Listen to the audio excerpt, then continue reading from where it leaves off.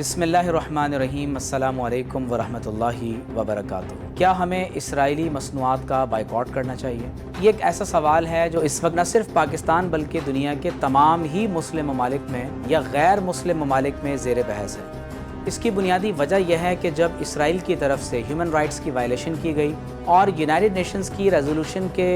बरखिलाफ़ उन्होंने जंगबंदी से इनकार कर दिया, तो नतीजा ये निकला कि तमाम तर दुनिया के इंसानों की तरफ से इस वक्त इसराइली मसनूआत के बॉयकॉट का एक सिलसिला शुरू हो चुका है। बिलखुसूस वो ममालिक जो थर्ड वर्ल्ड कंट्रीज़ में शुमार किए जाते हैं,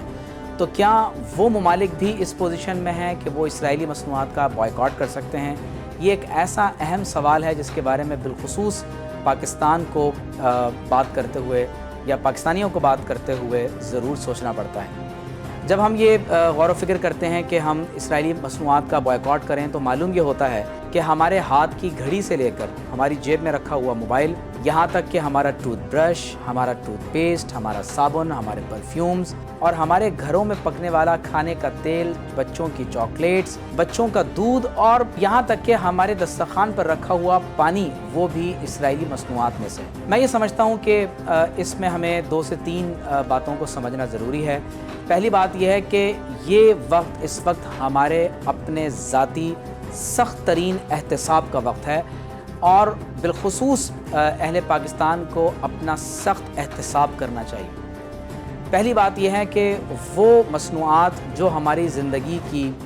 बहुत ज़्यादा ज़रूरियात में से नहीं हैं,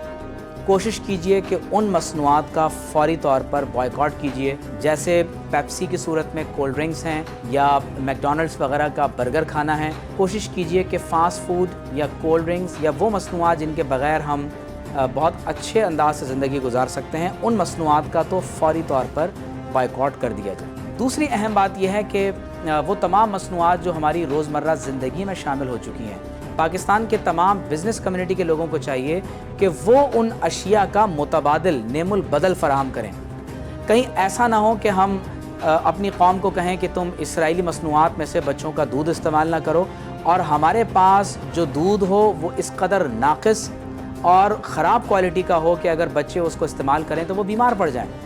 इसी तरह जो पानी हम अपनी कौम को फ़राहम कर रहे हैं, बहुत काबिल तवज्जो बात है कि क्या हम यहूदी मसनूआत के मुकाबले में हम एक बेहतर पानी अपनी कौम को फ़राहम कर सकते हैं? तो पाकिस्तान की बिज़नेस कम्युनिटी के लिए ये एक बहुत बड़ा चैलेंज है कि वो ये गौर करें कि क्या इसराइली मसनूआत के मुकाबले में जो अहम तरीन मसनूआत इस वक्त हमारे ज़ेर इस्तेमाल हैं या हमारी जेब में मौजूद मोबाइल फ़ोन से लेकर हम जो सॉफ्टवेयर इस्तेमाल करते हैं, क्या हम उनका नेमुल बदल तैयार कर सकते हैं?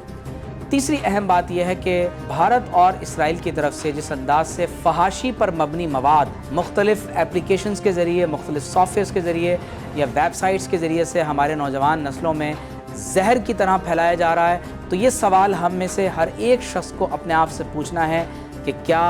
पाकिस्तान या मुस्लिम दुनिया के लोग या पूरी दुनिया के इंसान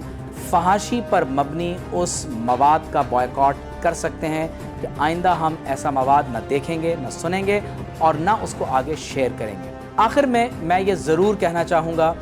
कि नबी करीम सल्लल्लाहु अलैहि वसल्लम की सुन्नत ग़िज़ाओं को तलाश करें, उनका मुताला करें और कोशिश कीजिए कि हम अपनी ज़िंदगी नबी करीम सल्लल्लाहु अलैहि वसल्लम की सुन्नत के मुताबिक बसर करें। जहाँ तक ताल्लुक़ उन मसनूआत का है जो इस वक्त हमारी ज़िंदगी का एक ऐसा इंटेग्रल पार्ट बन चुके हैं कि अब उनसे दूर रहना हमारे लिए नामुमकिन हो चुका है, तो ग्रेजुअली, अगरचे हमें इसका अंदाज़ा बहुत देर से हो रहा है या यूँ कहिए कि इसका शऊर हमारे अंदर बहुत देर से बेदार हो रहा है, तो अभी भी बहुत ताख़ीर नहीं हुई। हमें चाहिए कि हम हर चीज़ की रिप्लेसमेंट और उसका नेमुल बदल तलाश करने की कोशिश करें। अल्लाह ताला हमें अमल की तौफ़ीक़ अता फ़रमाए।